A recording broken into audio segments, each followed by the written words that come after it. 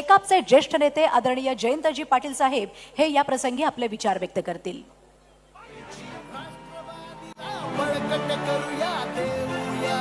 या शानदार समारंभाचे प्रमुख माननीय पवार साहेब आणि मित्र, मी फक्त 2-3 मिनिटच बोलणार आहे।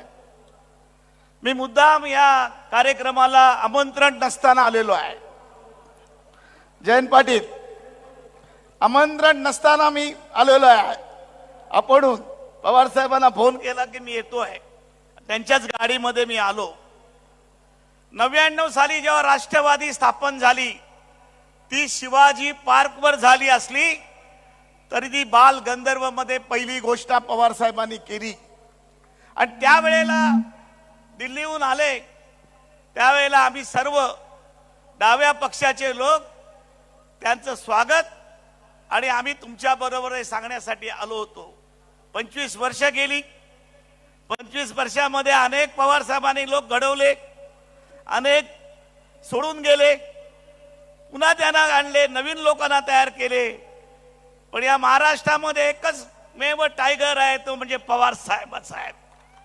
आणि म्हणून मी या ठिकाणी निश्चितपणे शेतकरी कामगार पक्षाच्या वतीनं राष्ट्रवादीला च्या वर्धापन दिनानिमित्त मनापासून शुभेच्छा देतो आहे। दोनच गोष्टी आहेत ज्या संविधानाबद्दल आता बीजेपी वाले बोलतात। मला वाटलं याच्यामध्ये आव्हाड साहेब बोलतील, पण याच्यामध्ये संविधान केव्हा निघालं? बँगलोरहून हेगडे जे खासदार आहेत त्यांनी सांगितलं आपल्याला संविधान बदलायचं आहे म्हणून 400 पार आपल्याला जायला पाहिजे आहे। तुम्ही लगेच विसरता। या ठिकाणी ज्या पद्धतीची भूमिका आपल्याला घ्यायला पाहिजे ती स्पष्टपणे घेतली गेली पाहिजे। आणि संविधानाचे सगळं रेकॉर्ड आहे, टीव्हीवर आलेलं आहे, ते त्यांच्या पुढे आपण ठेवलं पाहिजे। यांना संविधान खऱ्या अर्थानं बदलायचं होतं। पण पवार साहेबांची ती वैभवशाली वाटचाल आहे की या देशामध्ये एकमेव असा नेता आहे की सर्व आपल्या पक्षांमध्ये पवार साहेबांचा शब्द अंतिम मानतात। इंडिया आघाडीचा एक सदस्य म्हणून जेव्हा बैठका अटेंड झाल्या त्यावेळेला पवार साहेबांनी सांगितलं आणि अंतिम वाद झाला तर पवार साहेबांकडे बोट दाखवायचा। हा महाराष्ट्राला मोठा आपल्याला अभिमान वाटवावा असा हा नेता आहे। आणि त्या नेत्याचे तुम्ही खरे सैनिक आणि तुम्ही कार्यकर्ते आहात। आणि म्हणून या ठिकाणी आम्ही लढतो, परंतु जे संबंध ठेवण्याची जी परंपरा पवार साहेबांची आहे आणि जी गरिबांची आणि बहुजनांचा उद्धार करण्याची जी भूमिका त्यांनी पहिल्यापासून घेतली, कारण त्यांचं घराणं पहिलं शेका पक्षाचंच होतं आणि त्याच्यामुळे त्यांच्यावर ते विचार कायमचे बिंबलेले आहेत। दोनच गोष्टी मी आणखीन सांगणार आहे।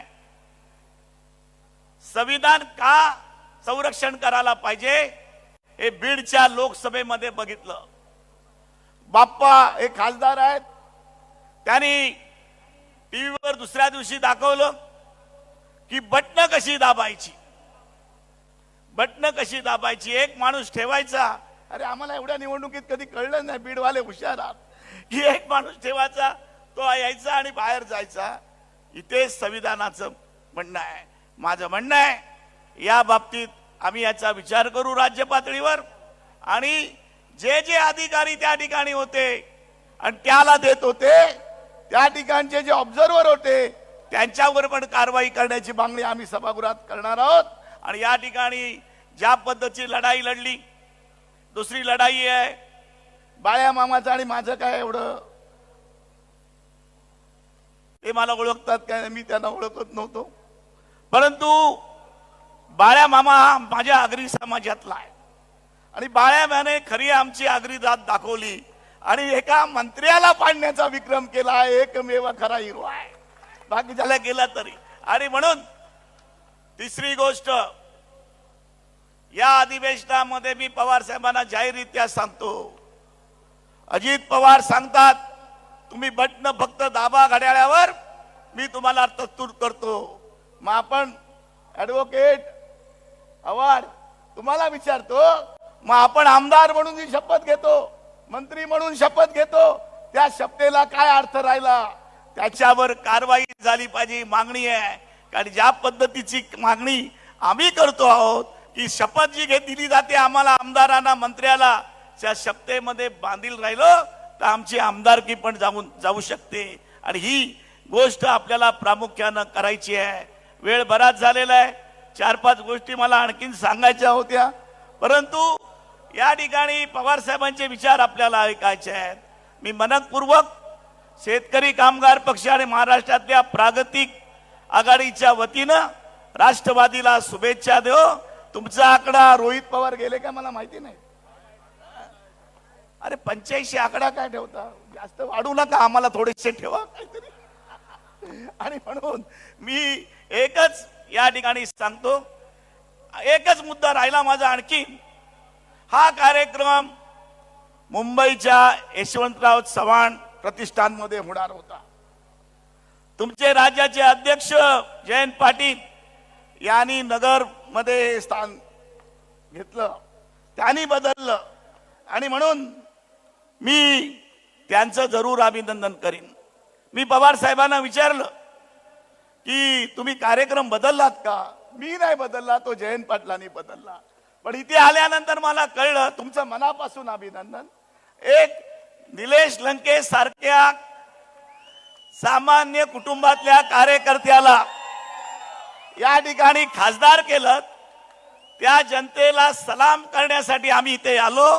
मी तुमचं मनपूर्वक मी सर्व नगरवासियांच्या वतीनं जयंत पाटलांचं अभिनंदन करतो. मला वाटतं जयंत पाटील डावपेच करायला शिकलेत.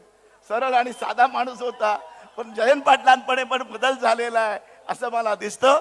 मी पुन्हा एकदा सगळ्या तुमच्या पदाधिकाऱ्यांना, समस्त कार्यकर्त्यांना मनापासून शुभेच्छा देतो आणि माझे विचार संपतो.